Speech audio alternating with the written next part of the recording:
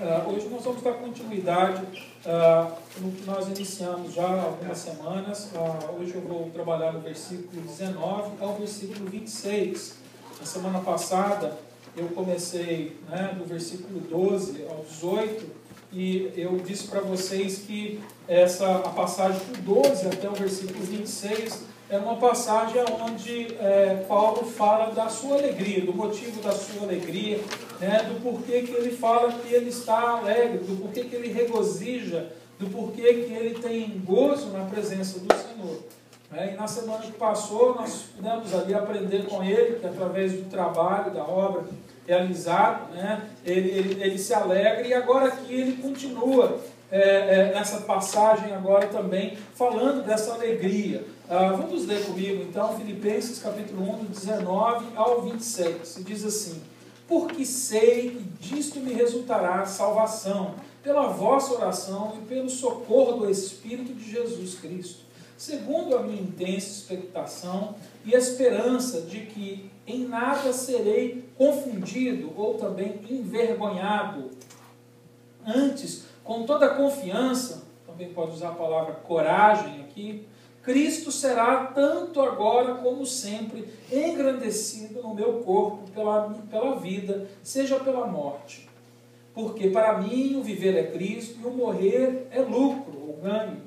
Mas se o viver na carne me der fruto da minha obra, não sei então o que devo escolher. Mas de ambos os lados estou em aperto, tendo desejo de partir e estar com Cristo, porque isto é ainda muito melhor. Mas julgo mais necessário, por amor de vós, ficar na carne. E tendo esta confiança, sei que ficarei e permanecerei com todos vós para proveito vosso e alegria da fé, o gozo da fé, para que a vossa glória cresça por mim em Cristo Jesus, pela minha nova ida a vós.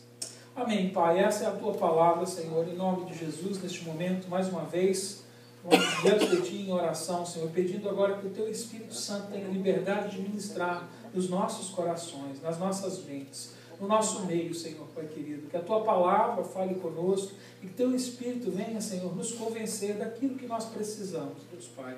Edifica, consola, exorta, Senhor, conforme a necessidade de cada um aqui, Deus Pai. Em nome de Jesus Cristo, Senhor, eu te peço misericórdia, porque o pregador, Senhor, é limitado, sabendo que esta palavra é poderosa, Senhor, é no temor que eu ministro hoje aqui, pedindo que o Teu Espírito venha nos ensinar, nos guiar e nos usar nesta manhã, Senhor. Em nome de Jesus Cristo, eu agradeço. Amém. Amém. Então, na semana que passou, nós vimos a partir do versículo 12, e quando a gente chega no versículo 18, se você puder olhar comigo no versículo 18, ele diz assim: mas que importa? Contanto que toda maneira, ou por pretexto ou por verdade, Cristo seja anunciado nisto me regozijo, sim, e me regozijarei. Então, quando ele chega no versículo 18 ali, a gente aprendeu na semana passada que Paulo está dizendo aqui que, apesar de ter muita gente pregando o Evangelho com a intenção de passar sal sobre as suas feridas, alguém já passou sal numa ferida? Você sabe que aquilo arde, Eu lembro uma vez que cortei meu pé jogando bola, chutei um prato que estava quebrado, junto com a bola, e meu dedo assim, tudo pendurado. E eu cheguei em casa assim, quando minha avó viu aquele negócio, o povo antigo tinha essa mania, ela falou assim: vem cá que eu sei o que fazer. Eu fui confiando na minha avó, ela pegou com a mão cheia de sal, assim, em cima do meu pé. Quase que eu morria.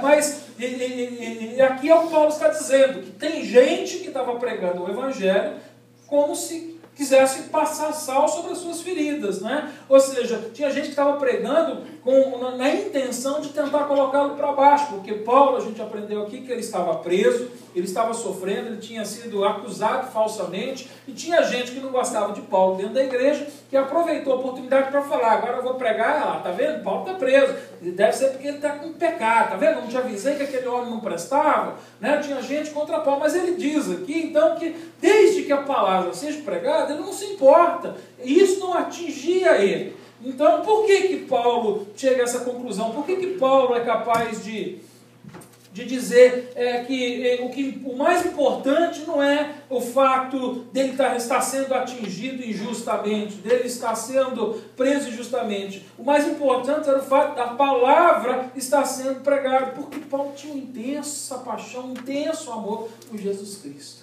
E isso fica claro para a gente, através das cartas que ele escreveu, do testemunho dele que ele está dando aqui agora no capítulo 1. Né? Em todo esse capítulo, Paulo ele era intensamente apaixonado por Jesus. Né? E você que já se apaixonou, né, você sabe do que eu estou falando. E quando a gente se apaixona, a gente faz cada coisa, né? Umas loucas, outras bem idiotas, não é verdade?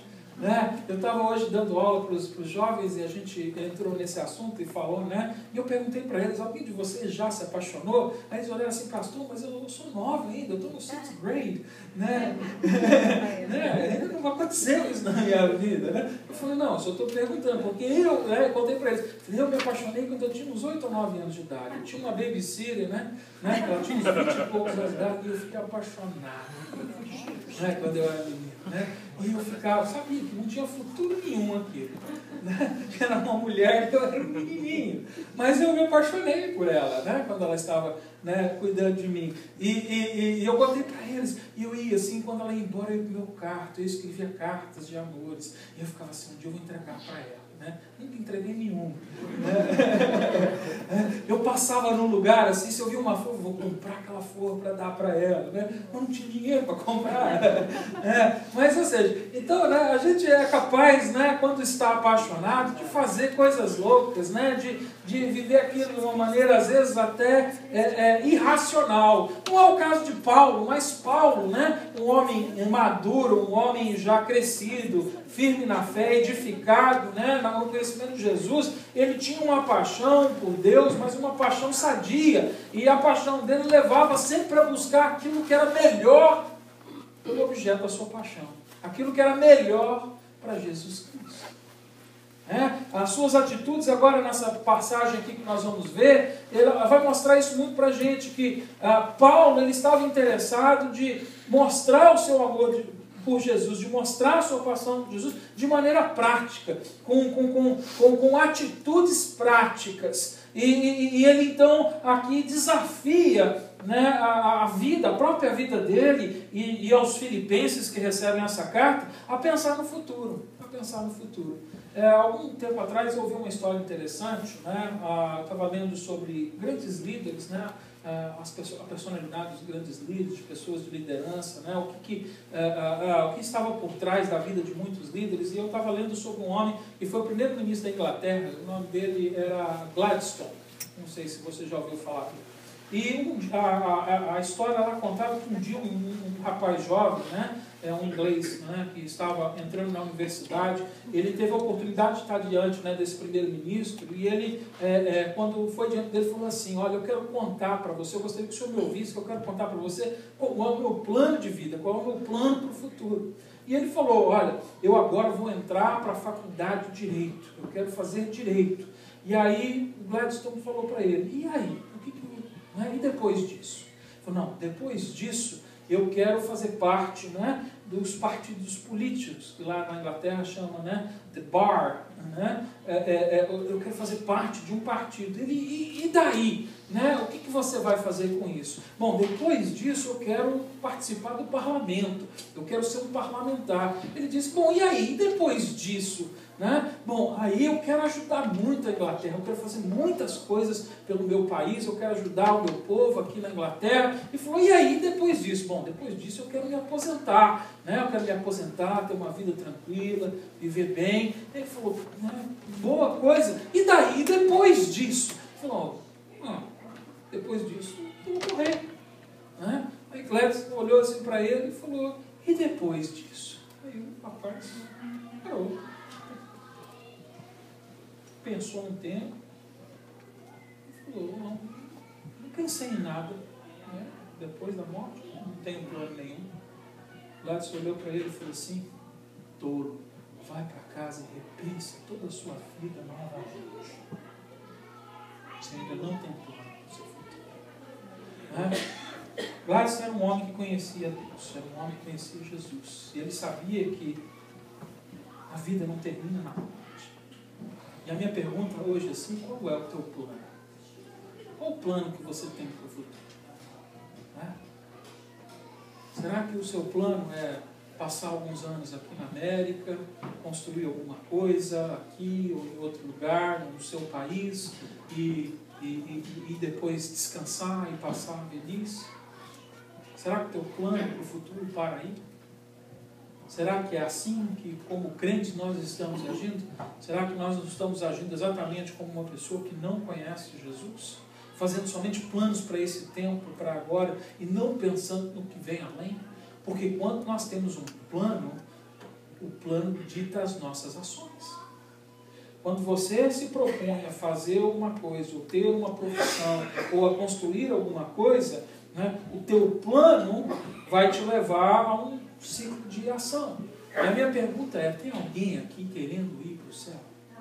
Amém. Tem pouca gente. A Bíblia diz que são poucos que vão chegar mesmo. A Bíblia diz.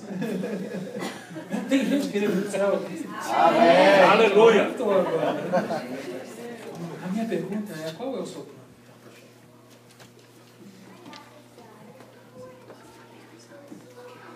O que é que você tem preparado a sua vida para que você possa alcançar o seu objetivo? E é isso que Paulo agora vai mostrar aqui na vida dele para nós. É onde ele vai nos levar a pensar. O título da minha mensagem hoje é a sua vida, é a minha vida nas mãos de Cristo. Você que esteve aqui no Ano Novo, você ouviu eu ministrar uma palavra, não sei se foi gravado, foi gravado? Foi gravado a palavra do Ano Novo? O Ano Novo foi postado, gravado? Não, falhado, não tem problema. Mas no Ano Novo eu falei a respeito de objetivos que nós temos como indivíduos e como igreja para esse ano. E um dos objetivos que nós temos para esse ano é fazer com que cada indivíduo dessa igreja cresça o quê? Na semelhança de Cristo Jesus, que nós venhamos a crescer, na semelhança de Cristo. Então, por eu ter um objetivo este ano, as minhas ações, as palavras que eu vou pregar, a escola dominical, tudo que nós vamos fazer nessa igreja vai ter um objetivo, para que a gente possa chegar no fim do ano e alcançar o objetivo que nós propomos no princípio do ano. Porque se eu não fizer assim, eu simplesmente falei alguma coisa, mas eu na verdade não estava comprometido com aquilo que eu falei.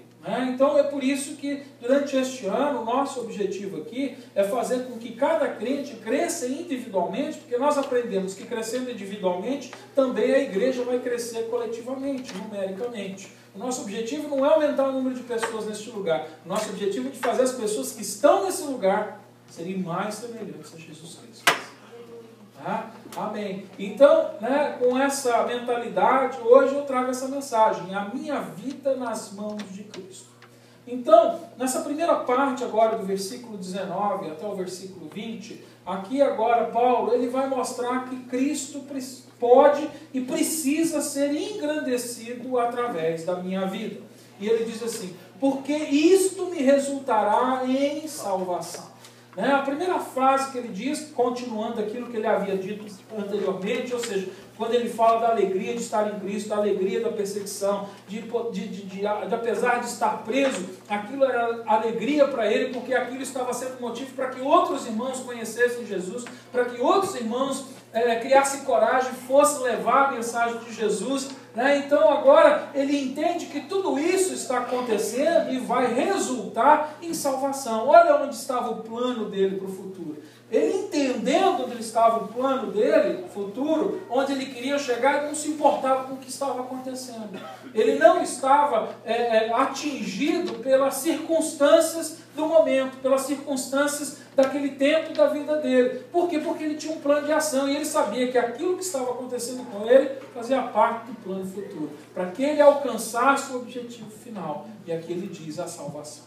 Algumas pessoas aqui, quando olham essa palavra, a palavra no grego é soteria, a palavra grega é soteria, e a palavra soteria ela pode ter vários significados. Ela significa salvação, ela significa escapar, quando alguém foge de uma cadeia, de um lugar. A palavra soteria ela significa libertação, A palavra soteria, ela pode significar também, como é que a gente diz? Em inglês a gente fala delivered, né? Quando a gente é livrado, livramento, né? Essa é a palavra. Então, essa palavra ela tem vários sentidos. Então, quando a gente lê essa palavra nessa passagem, algumas pessoas elas dizem assim, não, Paulo aqui estava falando, né, da salvação da sua alma, da salvação final, do objetivo final. Outros leem essa passagem e falam assim, não, Paulo estava falando aqui de ficar livre da cadeia, dele poder, né, os irmãos vão orar, que nem a gente cantou aqui, né, quando a gente adora, a gente quebra as cadeias, é uma música baseada, né, naquela oração que a igreja fazia enquanto, né, o povo estava lá, Pedro estava preso, e ali dentro eles começaram a adorar e a orar, e as cadeias, né, veio um terremoto, derrubou a cadeia e eles ficaram livres, né? Foi a música que nós cantamos aqui, ou seja, então a livre soteria tinha esse sentido, né, de escapar de uma prisão, né, de uma corrente. Outros leem essa passagem e dizem, não, aqui está falando, né, como ele estava preso para ir diante de um juiz, né, para ser julgado, está falando de livramento, né, que essa soteria aqui é o livramento que ele vai ter. Então, ou seja, cada um lê essa passagem e pode interpretar de uma maneira, mas eu, entendendo o significado da palavra soteria, eu acredito que essa palavra, na verdade, significa todas essas coisas. Significa a salvação final, significa o escapar de situações, significa o livramento de situações, significa, né, a provisão daquilo que é necessário, porque na verdade essa palavra soteria, ela vem de uma raiz que fala de pacote. Eu não sei como é que fala isso em espanhol. Como é que fala isso em espanhol? É um pacote, uma bolsa, um paquete? É um paquete? Isso, um paquete. A palavra, ela inclui um pacote, ou seja, a salvação que Paulo está se referindo aqui é algo que é completo, que envolve todas as coisas. Ele não estava preocupado se ele ia ser livre da cadeia ou não, porque ele já estava livre em Cristo, sabendo que se ele estava ali preso pelas cadeias, ele não estava preso ali na sua fé. Pelo contrário, ele se sentiu muito mais livre para pregar o Evangelho, estando dentro da cadeia. Pelo menos lá ele não era apedrejado, ele não era açoitado, né? E nós vimos isso na semana que passou. Então essa palavra salvação representa isso, essa liberdade que existe em uma pessoa, né, de todas as coisas. Paulo estava livre das circunstâncias, Paulo estava livre das coisas, Paulo estava livre das situações, Paulo estava livre em Cristo Jesus. Amém. Paulo estava nas mãos de Jesus. Uma pessoa que foi salva, uma pessoa que foi livre de verdade, é uma pessoa que se entrega nas mãos de Jesus. E ela agora não se preocupa mais com o que vem a acontecer, ela não se importa com as circunstâncias que estão acontecendo, porque ela sabe que ela não está presa às circunstâncias, mas ela está nas mãos do Senhor. Olha, eu acredito que tem gente que está precisando se sentir assim hoje.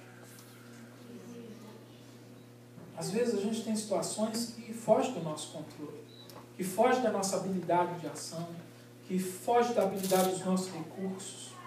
A gente já não sabe mais o que fazer. E eu sei que tem gente que está vivendo isso aqui. Só existe uma coisa que pode consolar o nosso coração e nos dar a sabedoria para viver a vida com alegria. É saber que a gente está nas mãos do nosso Senhor Jesus. E quando a gente está nessas mãos, a gente entende que, independente daquilo que aconteça à nossa volta, o que acontece, acontece para o benefício do meu objetivo final. E Paulo entendia isso. Ele sabia que o futuro que ele esperava estava garantido se ele estivesse nas mãos de Deus.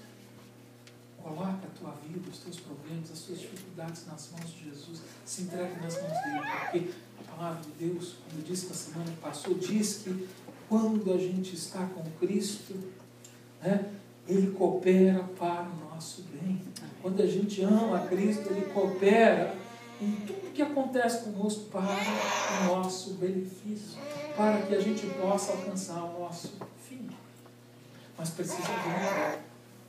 Não tem jeito. Não tem jeito de eu estar nas mãos de Jesus se eu estou nas mãos da minha esposa. Não tem jeito de eu estar nas mãos de de Jesus se eu estou nas mãos do meu marido. Não adianta, não tem como eu estar nas mãos de Jesus se eu estou nas mãos dos meus filhos. E isso que nós precisamos entender. Muitas vezes as situações e as coisas nos dominam e a gente acaba ficando na mão dos outros. Tem gente que ficou nas mãos de alguém por estar fazendo, né, um casamento ilegal para conseguir os documentos nessa região. Tem gente que fica preso em situações, enredado, e não pode, porque né, resolveu tomar uma atitude que sabe que não é certa. E aí essa pessoa fala, não entendo o que está acontecendo. Eu amo tanto a Jesus. Que bom que você ama Jesus. Mas a minha pergunta é, você está nas mãos de Jesus? E quem está nas mãos de Jesus já não está nas mãos de ninguém mais. Não está preso por lei, não está preso por situação, não está preso por não ter carteira, não está preso por não ter documento, não está preso em marido, não está preso em esposa, não está preso em filho. Você compreende o que eu estou querendo dizer aqui? Tem gente que vai precisar tomar algumas decisões a partir de hoje, se quiser estar nas mãos de Jesus. Tem gente que vai ter que ter algum prejuízo para poder ter o ganho, o lucro final, se você quiser chegar no objetivo final. A palavra de Deus deixa bem claro que entre Deus e o homem só tem uma coisa que separa: o pecado. Deus criou o homem com o objetivo de ter um relacionamento com ele. Mas o pecado separa o homem de Deus. E para que a gente possa desenvolver esse relacionamento, eu preciso entregar esse pecado, eu preciso confessar o meu pecado diante de Deus para que eu possa receber o perdão. E quantos aqui gostariam de ter sua vida nas mãos de Jesus? Amém. Hoje não vou perguntar quantos estão nas mãos de Jesus, mas eu acredito que muitos que estão aqui hoje gostariam de estar nas mãos de Jesus. Mas é preciso a gente tomar uma atitude, a gente precisa ter uma ação. E ele continua dizendo, pela vossa súplica e pelo socorro do Espírito Santo de Jesus Cristo. Então aqui agora, né, algumas pessoas até às vezes me perguntam, né, nessa passagem, pastor, por que ele está falando aqui? Né? Quem é esse Espírito de Jesus Cristo? Querido, é o Espírito Santo de Deus. Né? Não existe outro Espírito, só existe um Espírito. Né? O Espírito, quando se refere ao Espírito de Cristo, está referindo ao Espírito Santo de Deus. Ele aqui agora mostra para a gente que através, né, da súplica, através da oração, através da provisão, a palavra socorro aqui no grego ela significa provisão, né? Ou seja, Jesus providencia uma maneira para que eu alcance o meu objetivo, para que eu alcance aquilo que ele está dizendo aqui, a salvação. Existe então, né, uma provisão, ele é a nossa provisão. Né?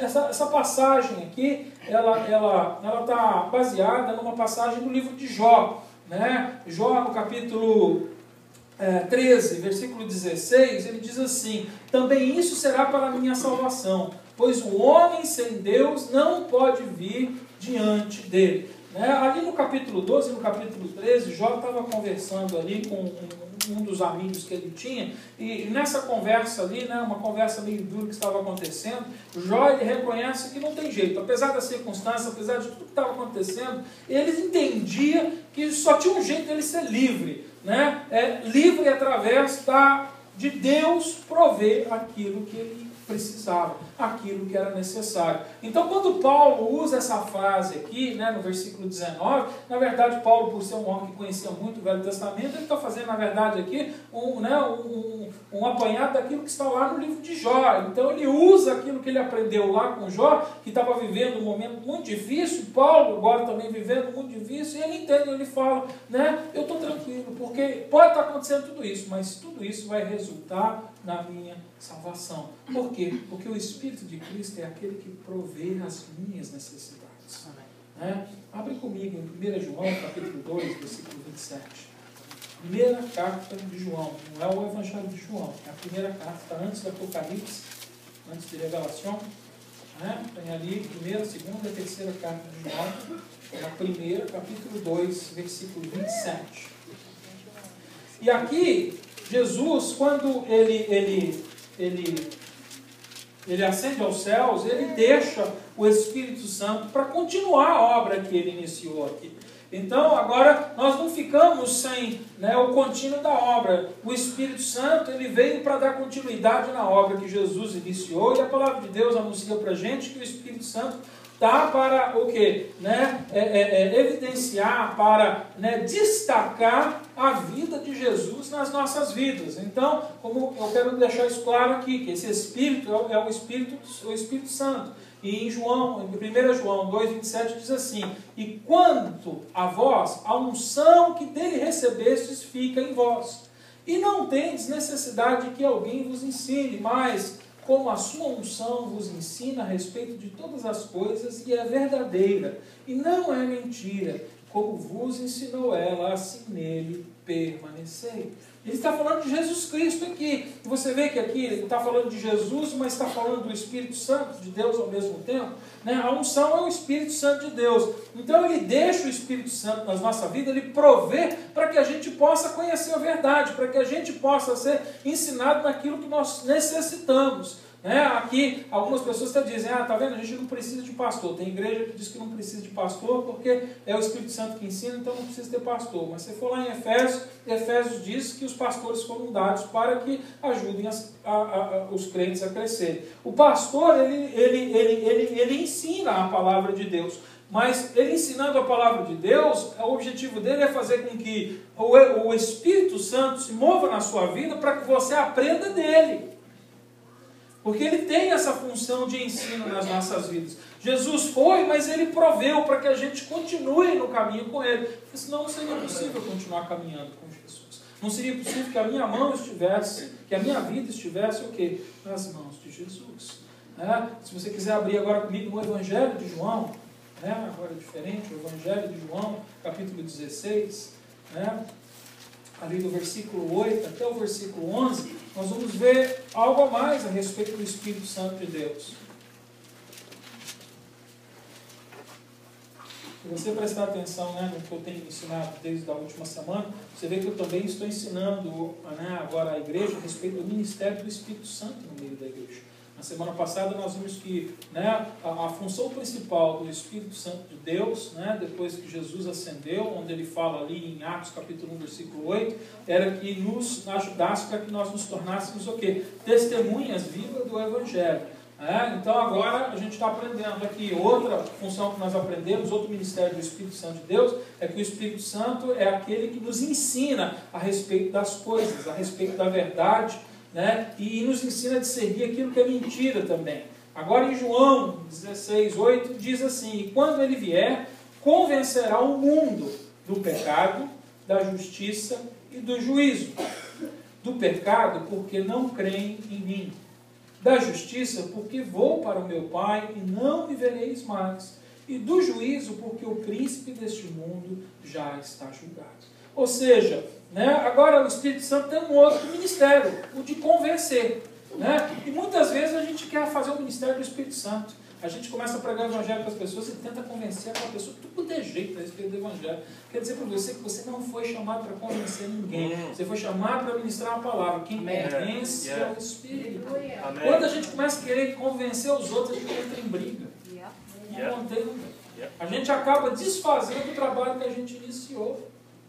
Aí não alcança o propósito, porque só tem um que tem poder para convencer. E foi por isso que Jesus deixou ele aqui conosco, o Espírito Santo de Deus. Se o Espírito não nos convencer, jamais creremos nessa palavra. É Ele que faz. Ele convence o pecador do seu pecado. Porque o pecador não conhece a Cristo. Como é que alguém pode se arrepender dos seus pecados sem conhecer a obra de Cristo? A não ser que seja convencido pelo Espírito Santo. Somos convencidos da justiça, porque Jesus não está mais presente, ele foi embora. Você fica me falando desse Jesus, mas eu nunca vi esse Jesus. Sei lá se tem prova, se ele existiu, se ele não existiu. Se o Espírito não convencer da justiça, jamais creremos na ascensão de Jesus Cristo. E do juízo. Por quê? Porque o mal já foi julgado, o diabo já foi julgado, a sentença já foi decretada. E isso só vai haver no nosso coração se o Espírito Santo nos convencer a respeito disso. E é por isso que hoje tem muita gente, inclusive muitas igrejas, que falam: não, inferno não existe, isso não existe, é só um símbolo. Porque tem muita gente que não foi convencida pelo Espírito Santo de Deus. Porque somente alguém que passou pelo ministério do Espírito Santo de Deus é que pode ser convencido dessas coisas. Você está compreendendo isso? Outra coisa agora, 1 Coríntios capítulo 12, versículo 12. Um pouquinho mais para frente, se você passar em Romanos, Atos, Romanos e Coríntios. Você tem João, só passar Atos, Romanos, e você está em 1 Coríntios, capítulo 12, versículo 12. 12 e 13.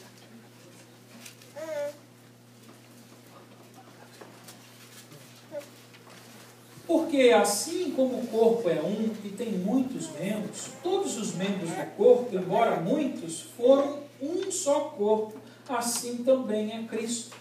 Pois em um só Espírito fomos todos nós batizados em um só corpo, por quer judeus, quer gregos, quer escravos, quer livres. E a todos nós foi dado beber de um só Espírito.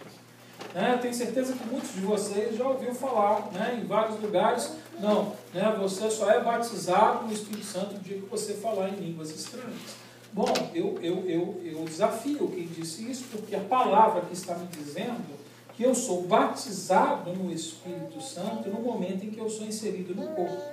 Ou seja, o batismo não depende de um dom que eu realize. O batismo depende da vontade de Deus na minha vida. Então, no dia em que a vontade, a graça dele acontece na minha vida e ele me salva, ele deixa bem claro, ou seja, porque quando eu sou salvo, eu sou inserido no corpo.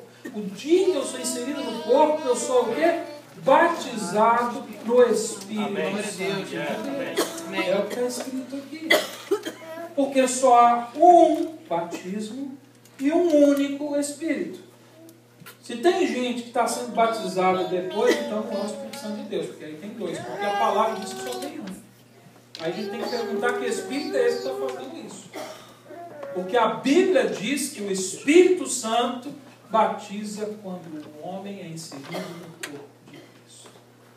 Você que creu em Jesus Cristo e recebido no seu corpo através do arrependimento do pecado, confessando seus pecados, você foi então batizado e inserido no corpo de Cristo pelo próprio Espírito Santo de Deus. Isso é o propósito de Deus. Então está bem claro. Às vezes a gente tem dificuldades com algumas coisas porque a gente não presta atenção naquilo que está escrito. Mas está escrito de uma maneira tão clara, independente de quem seja. Foram os gregos, foram os judeus, foram os livres, foram os escravos. Todos aqueles a quem foi dado de beber do Espírito também recebeu o batismo do Espírito Santo de Deus. Amém? Então aqui a gente está vendo o que a Bíblia fala a respeito do batismo, a respeito do ministério do Espírito Santo de Deus. Porque Paulo aqui, quando chega nessa passagem, ele fala a respeito do Espírito de Jesus Cristo, do Espírito Santo de Deus, que agora dá poder para que ele possa continuar. E ele continua no versículo 20 dizendo: segundo a minha ardente expectativa e esperança de que em nada serei confundido. Na sua Bíblia, quem tem aí confundido na sua Bíblia? Tem alguém que tem na sua Bíblia envergonhado? Deixa eu ver se tem alguma versão que a palavra envergonhado. Ninguém, Eu acho que todas as Bíblias em português usam a palavra confundido. Mas essa palavra grega aqui, na verdade, ela significa envergonhado. Confundido pode ter alguma coisa a ver, mas não é bem o que ele está querendo expressar aqui. Ele fala da vergonha. O que é se sentir envergonhado? Em espanhol, envergonçado. É assim que se fala. Em espanhol, como está? Confundido ou envergonçado? Em Filipenses 1:20. Filipenses 1:20. É o texto base.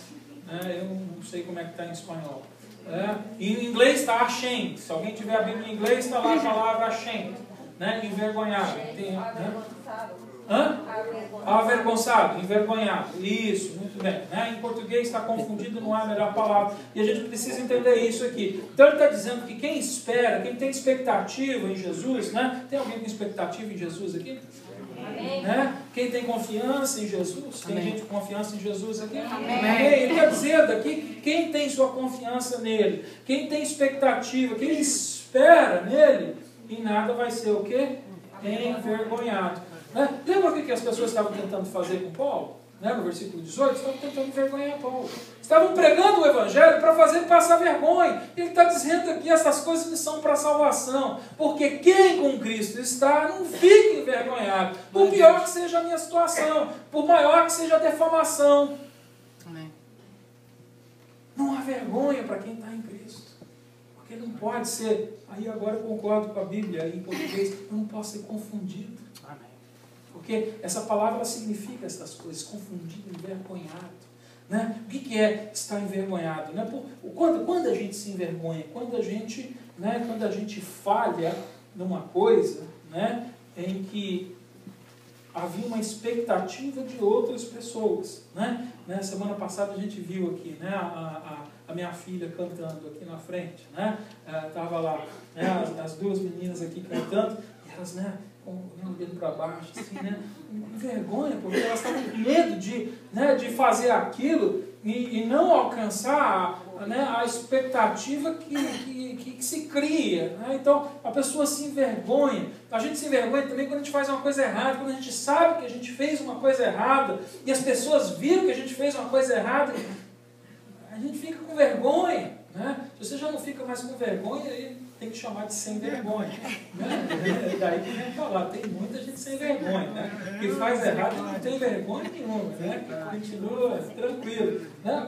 Mas uma pessoa com índole, com caráter, quando ela faz uma coisa errada e as pessoas veem, ela se envergonha, ela sabe que ela não fez, ela não cumpriu com as expectativas que o outro tinha a respeito dela. Isso é vergonha. E é disso que Paulo está falando aqui. Ele fala assim, o que ele está querendo dizer aqui é que ele está, não estou nem aí os outros estão pensando em Cristo. Porque tem gente que está assim na vida, faz as coisas erradas, toma decisão mal tomada, né? Não trabalha como devia trabalhar, não age como devia agir, não fala o que devia falar, e aí, né, não estou nem aí porque os outros pensam de mim. Não, você devia estar assim, devia ter vergonha. E quando a gente, né, foge daquilo que é esperado, a gente tem que ter vergonha. Agora, quando a gente está em Cristo, não importa o que aconteça conosco, né? Eu não sou envergonhado pelos outros.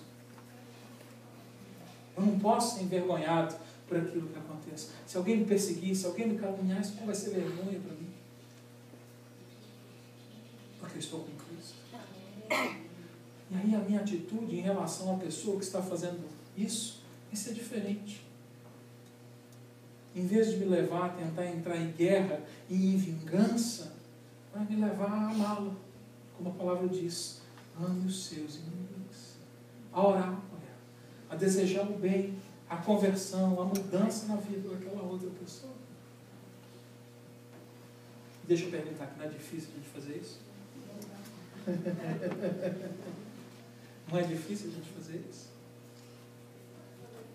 Mas essa é a atitude que se espera de quem está nas mãos de Cristo. Tem mais alguém ainda querendo estar nas mãos de Cristo aqui? Amém. Amém. Diminuiu. Já não é fácil estar nas mãos de Cristo.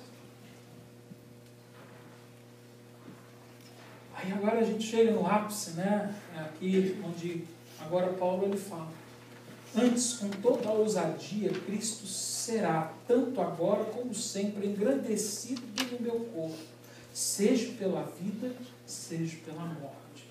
Olha, para poder dizer isso daqui, a gente tem que parar e pensar muito. Tem que haver uma reflexão muito grande a respeito da nossa fé. Será que... Né? Porque tem muita gente aqui que está disposta a viver por Cristo. Né? E eu acho que não vou encontrar muita gente disposta também a morrer por Cristo. Mas quem está nas mãos de Jesus não se importa com o seu futuro pessoal. Se importa com o objetivo final. Você está entendendo? Lembra que eu comecei dizendo isso? Né? Você tem um objetivo final? Né? Eu perguntei, Você quer chegar no céu? Então, se você quer chegar no céu, você precisa o quê? Traçar agora o seu plano de ação para a sua vida até que esse dia chegue. E aqui Paulo, ele entende que para que ele chegue lá, tanto a vida quanto a morte faz parte do plano. Será que você estaria disposto a incluir isso também no seu plano? Vai chegar o dia. Eu estou estudando Apocalipse, né, com os jovens. Estou estudando todo o livro de Apocalipse. Hoje a gente chegou no capítulo 12 e capítulo 13 de Apocalipse, né, onde fala do derramamento, né, das taças, onde, né, a ira de Deus é derramada sobre a terra, onde vai acontecer, né, muita violência, muita morte, muita guerra, né, muita destruição, né, coisas que já estão acontecendo em menor escala, mas estão acontecendo, né, onde a perseguição vai vir de uma forma tão intensa que as pessoas, né, vão ter que se esconder, vão ter que realmente se apartar de tudo aquilo que elas podem viver, de tudo aquilo que elas conhecem, porque senão vão ser mortos. E uma das passagens fala da marca da besta. Tem aqueles que não aceitaram a marca. E a palavra de Deus diz que aqueles que não aceitaram a marca, esses vão conseguir ser livres de toda aquela ira que está sendo derramada. Mas vão sofrer nas mãos daquele sobre o qual a ira está sendo derramada. Será que a gente está disposto a aceitar esse desafio também na nossa fé? Se a gente não está disposto a aceitar esse desafio na nossa fé, então também a gente não está disposto a estar nas mãos de Cristo. Quem está nas mãos dele, aceita o que ele mandar. Quem está nas mãos de Jesus, compreende que, independente da situação, melhor é estar com Cristo. E é o que Paulo está dizendo aqui. É melhor que eu viva com ele. No versículo agora 21 ao 23, ele vai explicar o que é isso, o que é viver e o que é morrer. Né? E aqui ele diz assim, né? Porque para mim o viver é Cristo e o morrer é lucro. Mas, se viver na carne resulta para mim fruto do meu trabalho, não sei então o que hei de escolher. Mas de ambos os lados estou em aperto, tendo desejo de partir e estar com Cristo, porque isto é ainda muito melhor. Então, o que ele mostra aqui para a gente a respeito de viver? Viver para Cristo é fazer dele o foco da sua vida. Então, viver nas mãos de Cristo é eu colocar o foco da minha vida nas mãos dele. Nós já falamos um pouco a respeito disso aqui antes. Talvez você não tenha entendido como eu estou explicando aqui agora. Né? Ou seja, ele ser o centro da atenção. O foco é o centro da atenção. Né? Alguém já teve a oportunidade de ir no teatro aqui? Né? Quando a gente vai no teatro, né? Não sei se você já esteve, quando os personagens principais, né, tem uma cena ali com outras pessoas, mas eles têm alguma fala, um canto que eles vão fazer, a luz se concentra neles. Né? Ou seja, o foco da luz, né, vai sobre aquele personagem que está agindo naquele momento. Os outros estão ali fazendo alguma coisa, mas aquilo é secundário, porque o mais importante não é o que está em volta, o mais importante é aquilo que está sendo falado naquele momento através daquele personagem. E é isso que é focalizar, é você centralizar a sua vida, a luz, os holofotes, tudo em Cristo Jesus. Então, viver para Cristo é viver com o foco centrado em Cristo. Tudo é importante na minha vida, mas tem algo que é mais importante do que todas as outras coisas, e isso é Jesus. Aleluia. Amém. Você está compreendendo? Existe um foco. Minha família é importante, mas diante de Jesus é secundário. Meu trabalho é importante, mas diante de Jesus é secundário. E aí, uma outra maneira que deixa claro aqui para a gente, que viver para Cristo é entregar-se para o seu serviço. Aí agora, o se entregar para o serviço inclui aquilo que é secundário. Quando Jesus é meu foco, eu entendo que então agora tudo aquilo que eu faço, que também é importante, mas é secundário, faz parte do plano que Jesus tem para a minha vida. Ou seja, eu preciso servir agora com foco em Cristo. Quem? A minha família. Então, quando eu cumpro o meu papel dentro da minha família, eu estou trazendo foco para quem? Para Cristo. Porque quando eu não cumpro o meu papel dentro da família, eu estou negando Cristo na minha família. Porque Cristo mandou que eu cuidasse bem da minha família. Quando eu não amo a minha esposa como eu deveria amar, Então, meu foco não está em Cristo. Porque se meu foco estivesse em Cristo, ele me disse que eu tenho que amar minha esposa como ele amou a igreja. E tem hora que é difícil amar a esposa. Mas a dificuldade não pode me parar se meu foco estiver em Jesus. Só Jesus sabe. Só Jesus sabe. Ai, glória a Deus por isso. Fala.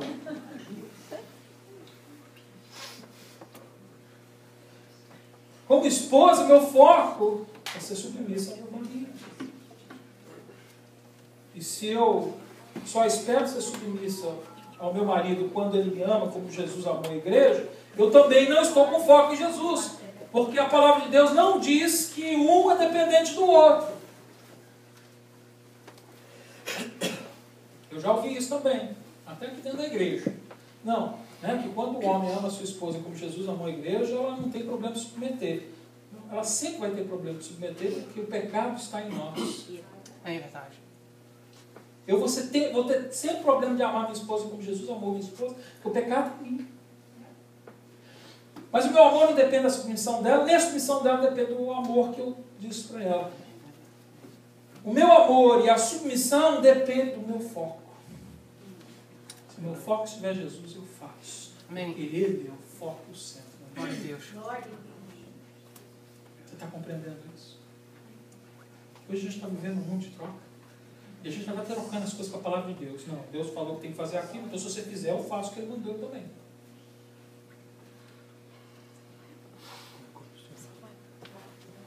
Tem alguém ainda querendo estar nas mãos de Jesus? Amém. Está ficando difícil. Viver para Cristo é ser frutífero em tudo que eu faço. Ou seja, além de cuidar bem, de servir bem, ainda eu tenho que ser frutífero. Porque é diferente. Entende? É diferente eu cuidar bem e de dar fruto a respeito daquilo. Porque quando eu faço bem aquilo, eu também preciso multiplicar aquilo na vida de outras pessoas. Eu preciso levar, eu não preciso amar somente a minha esposa como Jesus amou a igreja, mas eu preciso agora, fazendo isso, ensinar os meus irmãos que ainda não chegaram lá a fazer isso com as esposas deles também. Eu preciso frutificar, eu preciso multiplicar aquilo que Jesus está fazendo na minha vida. Para que eu mostre que o foco é Jesus. Porque quem tem o foco em Jesus entende que Ele não faz aquilo só para que ele tenha a salvação, mas que o interesse primeiro dele é que muitos venham a receber a salvação através da vida dele. Então eu preciso frutificar. Ou seja, eu tenho que ensinar e preparar outros para ensinar. Eu tenho que amar e preparar outros para amar. Eu tenho que submeter e preparar outros para submeter. Eu tenho que multiplicar aquilo que eu faço quando meu foco está centrado em Jesus. A palavra diz, discipulado. E todo discípulo foi chamado para discipular.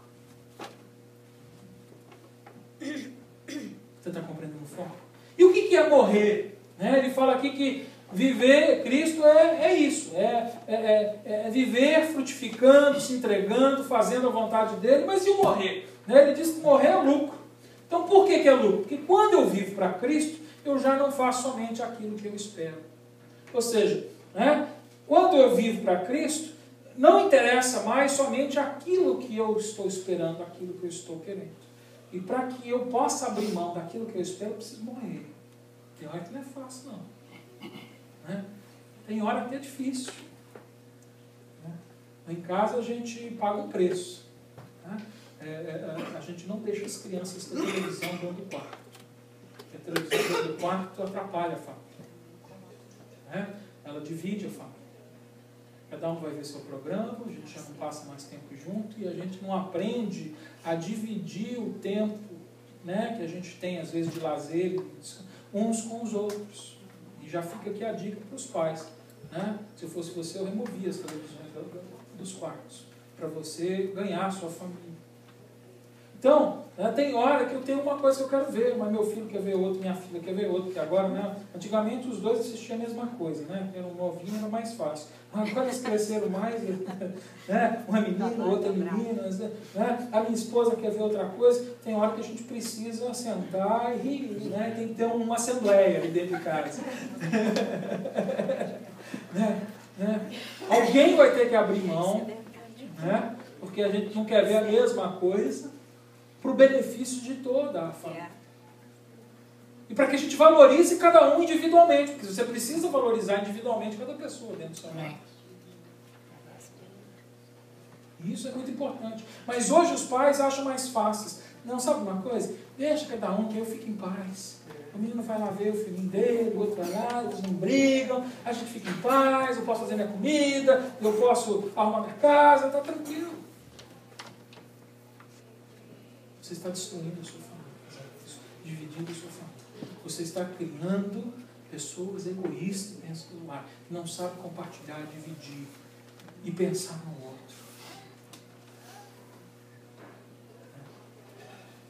Na hora, quando ela fica meio com medo assim à noite, a criança tem essa, né? Quando chove muito, entra trovão, ela não quer dormir sozinha. Aí ela quer dormir com a gente, quer dormir com o Samuel, né? E teve uma semana aí que ela dormiu a semana inteira no quarto de Samuel. Não sei o que passou entre eles, mas resolveram, né, que os dois iam acampar no quarto dele e ficaram. Ontem à noite Samuel se esmurrou e tal, e foi para o quarto dela. E ela esperneou, chorou, eu não quero, é o meu quarto, eu não quero ele aqui, porque é quarto de menino, não sei o quê. E ele não estava nem ele, queria ficar com ela. Né? E a gente teve que chegar junto, chegar junto. Não. Quando você quer, você vai. E ele sempre te recebe. Hoje você vai aprender a receber ele. Mesmo que seja contra a sua vontade. Hoje você vai ter que morrer. Você está entendendo? Tem hora que nós vamos ter que abrir mão daquilo que é melhor para a gente, daquilo que a gente espera pelo outro. Isso é morrer por Cristo. Quando eu vivo para Cristo, já não priorizo somente aquilo que me interessa. Né? Tem aquilo que eu espero e tem aquilo que me interessa. É diferente uma coisa da outra. Eu tenho os meus próprios interesses, eu tenho minhas próprias vontades. Quando eu vivo para Cristo, então agora eu abro mão do meu interesse próprio para que o outro possa ter o interesse dele. Isso é morrer para Cristo.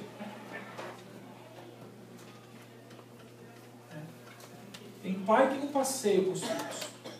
Né? Tem que chamar a atenção. Eu sei que tem. E tem aqui na nossa igreja. Tem pais que nunca passeiam com os filhos, nunca saem para fazer alguma coisa com os filhos. Quando faz, tem que ser aquilo que também interessa a ele. Ele não busca conhecer, né, a sua família e saber o que interessa a sua esposa, o que interessa ao seu filho. E ele abrir mão aquele dia de estar com eles para que ele possa também suprir o interesse, a necessidade do outro. Mas quem está nas mãos de Cristo começa a compreender essas coisas e morre.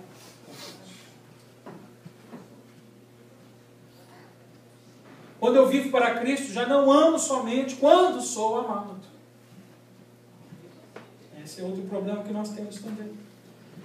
É muito fácil a gente amar aqueles que nos amam. Jesus disse isso. É tão bom, né? Que diferença faz amar alguém que te ama e te quer bem? Ame os seus inimigos. É nesse contexto que ele fala a respeito desse amor. Porque é fácil amar quando a gente é amado. Mas quem está nas mãos de Cristo também morreu com Cristo. E tem hora que você não vai ser amado, querido. Mas você pode amar. Você precisa morrer com Cristo. Você precisa amar quem te odeia. Quem quer o teu mal. Quem não te quer bem. Aí você me pergunta, mas pastor, como é que eu amo uma pessoa assim, orando por ela, ministrando a verdade na vida dela? Amém. Não estou dizendo que você agora vai vibrar essa dor com ela e achar que não quero te fazer nada. Não. Mas o amor tem maneira de ser demonstrado. E por último, aqui a respeito da morte, ele diz, quando eu vivo para Cristo, já não me importo em sempre sair lucrando. Né? Aqui, Paulo ele diz, para mim morrer é lucro, é ganho. Porque ele ia estar com Jesus, ele ia estar melhor, ele ia parar aquele sofrimento. Ele sabia o que aguardava a vida dele. Era só ele ser livre da prisão que ele ia começar de novo a ser apedrejado, que ele ia começar a ser perseguido, que os irmãos iam começar a falar mal dele, que ele ia sofrer chicotada, que ele ia entrar em outra cadeia, na verdade foi o que aconteceu, mais tarde ele já estava preso de novo. Ou seja, que ele ia continuar sofrendo da carne. Então para ele, naquele momento, morrer, ele já sabia qual era o fim dele. Morrer era lucro. Mas ele não se preocupou com aquilo que era melhor para ele.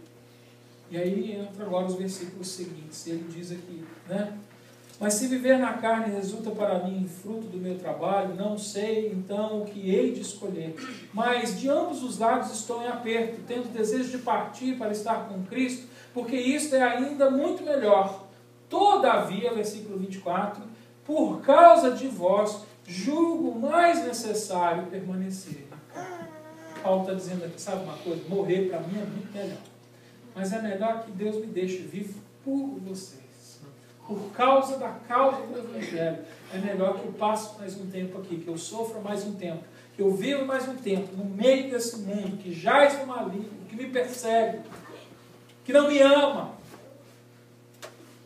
Porque eu morri para Cristo.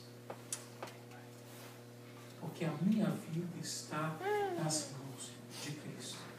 Tá? Então, para que a gente possa estar nas mãos de Cristo, a gente tem que aprender a morrer. Morrer para nós. Um homem, ele é egoísta. Não tem jeito. Nós somos egoístas.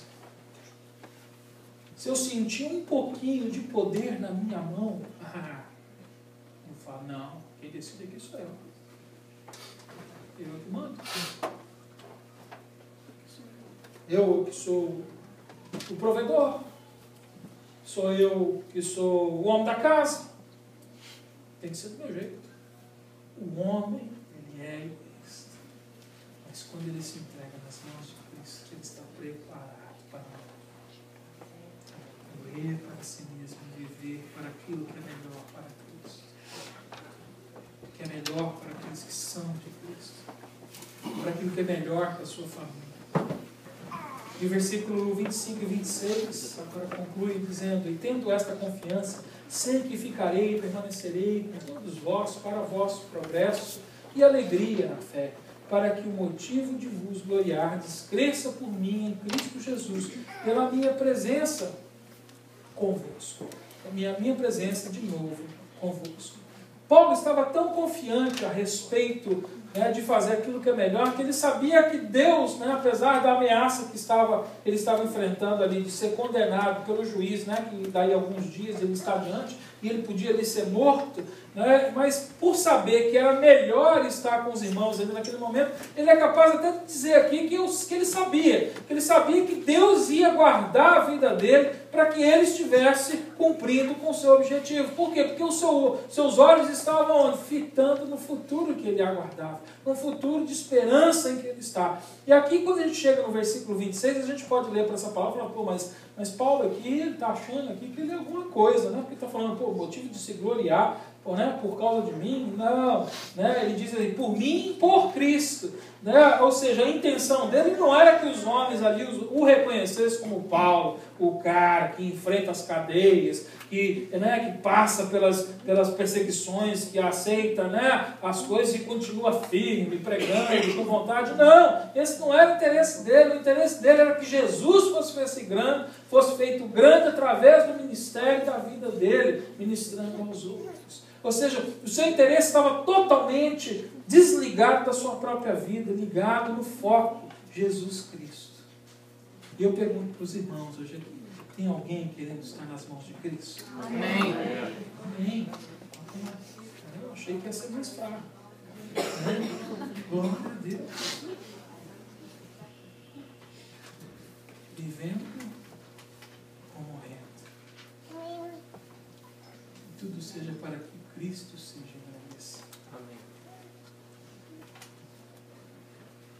Agora, Paulo, ele chega no fim aqui e ele não fala todas essas coisas, que é muito romântico e poético, mas ele não fala dessas coisas com pesar e com dor no seu coração. Ele usa a palavra gozo, novamente. Aliás, em toda essa carta ele fala alegria. Tem gente que fala que o tema dessa carta é alegria. Não é verdade. Aqui se fala muito de alegria, o tema da carta é outro. Nós vimos aqui no princípio que o tema da carta é a fé em Cristo. Mas quem tem fé em Cristo, quem vive com Cristo, tem alegria, tem gozo no coração. Ele diz que tudo isso ele passa, tudo isso ele vive, e ele quer também que os outros que vão passar por isso e vão viver através dessas coisas também compartilhem dessa alegria que há de estar nas mãos de Cristo. Porque nem todo dia são dias de vitórias ou de flores. Mas todos os dias são dias de presença de Deus na nossa vida. E isso é motivo suficiente para que meu coração esteja alegre e regozijante na presença de Deus. Sendo em casa, sendo no trabalho, sendo na prisão, sendo em liberdade, sendo na perseguição. Sendo no momento da saúde, sendo no momento da tristeza, da doença. Seja nos momentos fáceis de abundância, seja nos momentos de dificuldades e de limitações. Quem está nas mãos de Cristo tem alegria para viver. Quero hoje te convidar a fazer uma reflexão na sua vida e de fato perguntar a Jesus: estou nas tuas mãos. Jesus, eu tenho mostrado meu amor por ti de forma prática, viva, morrendo e vivendo para ti. Eu acho que essa é uma reflexão que nós precisamos fazer se nós quisermos crescer individualmente na presença de Jesus. Se nós quisermos nos tornar uma igreja sadia e forte, madura neste lugar, a gente precisa refletir a respeito dessas coisas. Será que de fato eu estou nas mãos de Jesus? Se hoje você, ouvindo essa palavra,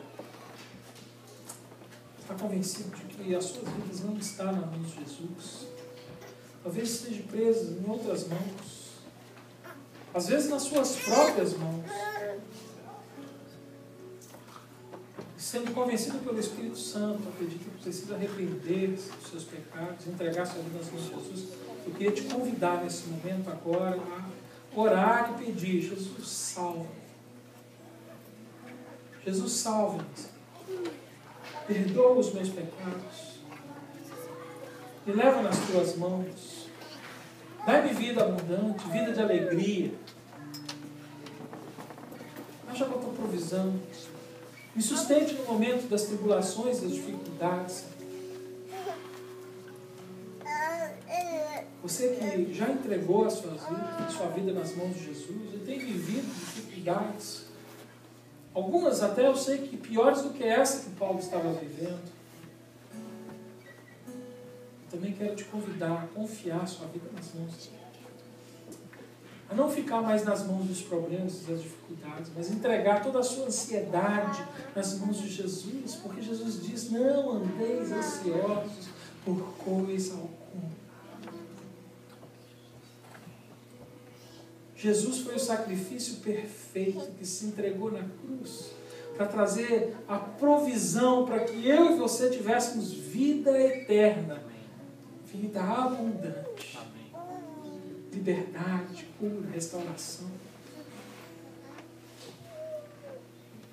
Cristo é suficiente.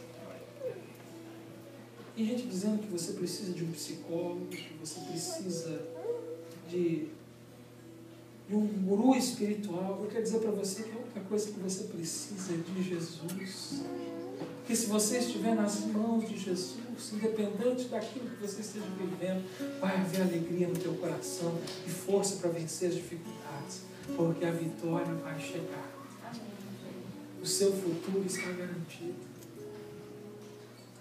Pai, em nome de Jesus, nós oramos agora, Senhor, pela tua presença em nosso meio, pelo nosso crescimento espiritual, Senhor, Pai querido, pela tua palavra que é viva e eficaz, Senhor, Pai querido, pelo teu Espírito Santo que tem o poder de hoje nos convencer, Senhor, e trazer mudança sobre as nossas vidas, nosso Pai. Em nome de Jesus, Senhor, trabalhe no nosso meio, nas nossas vidas, transforma-nos segundo a tua vontade, nosso Pai, para que o teu nome seja engrandecido e honrado nesse lugar.